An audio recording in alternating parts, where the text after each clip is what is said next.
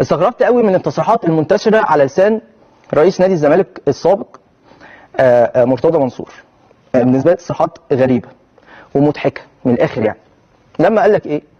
قال لك يا جماعه احنا كسبنا 4-0 وكل الاعلام المصري طلع اشاد بأسوريو واشاد باللعيبه واشاد بالجمهور واشاد بالنتيجه واشاد بكل حاجه في الدنيا ما عدا انا، اللي هو يعني مرتضى منصور يعني الوحيد اللي ما نلتش اي اشاده. يا راجل انت مش مهم، اقسم بالله انت ما مهم. هو ايه هو الزمالك لما يكسب، الزمالك لما يكسب فيا جماعه الحقوني والنبي شيدوا بيا، والزمالك لما يخسر يقول لك مؤامره. اديني عقلك يعني، اديني عقلك. يقول لك سحر، يقول لك مش عارف مين وبتاع. انت مش مهم خالص، ولا في اي حد مهم قد الكيان نفسه. كيان نادي الزمالك هو الاهم منك بمراحل. كيان نادي الزمالك وجمهوره هو اللي اهم منك بكتير جدا. واللعيبه اللي بتتعب في الملعب دي بتلعب وهي في ظروف صعبه جدا وما بتاخدش مستحقاتها. يا جماعه انا بقول لحضراتكم معلومه، لاعبي نادي الزمالك ما خدوش غير 25%، بعضهم خد 25% من مستحقاته عن الموسم اللي خلص.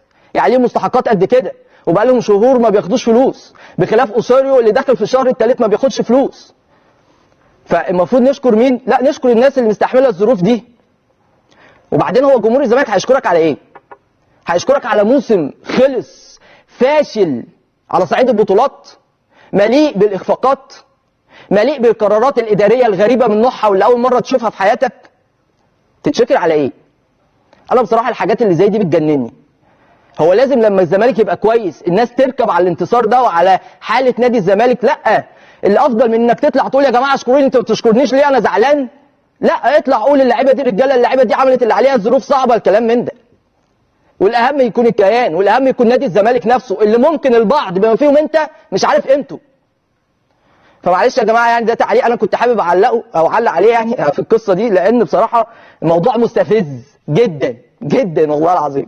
خليني اقول لكم اخبار نادي الزمالك قبل مباراته الهامه للغايه غدا امام الشباب السعودي في البطوله العربيه اللي الزمالك انطلق فيها انطلاقه غايه في الروعه والامتياز، والنتيجه كانت كبيره 4-0 على الاتحاد المنستيري. فالاستعدادات اختتمت اليوم بشكل رسمي لمباراه الشباب غدا، ودفعه معنويه اللي هي طبعا نتيجه المباراه الاولى، دفعه معنويه اكتسبها فريق نادي الزمالك اكيد هيحاول يستغلها بشكل او باخر عشان يقدر يتخطى عقبه الشباب ويلعب مباراه النصر بأريحية وبالمتعة. المهم ان الهدف يكون اتحقق من خلال مباراة بكرة ان شاء الله، يتأهل نادي الزمالك للأدوار التالية في البطولة العربية. البطاقة الدولية بتاعت أوباما وصلت، فبالتالي دي حاجة إيجابية للغاية. فبالتالي أوباما كده أصبح متاح لأسوريو في مباراة الغد.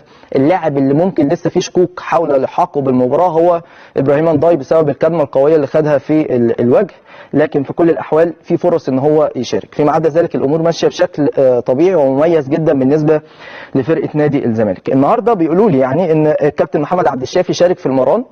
هو طبعا مش هيكون يعني متاح في المباريات، لكن في نفس الوقت شارك في تدريبات نادي الزمالك. هو موجود اصلا هناك بيأزر الفرقه، لكن في مطالبه من قدامى لاعبي نادي الزمالك اللي موجودين في الفرقه، الكباتن يعني بتوع الفرقه بيطالبوا لا انت لسه قدامك شويه، ارجع عن قرار الاعتزال، الكلام من ده. بيحاولوا ان هم يقنعوه بتغيير قراره، لكن السبب الرئيسي وراء اعتزال محمد عبد الشافي هو الاصابات المتكرره في الركبه.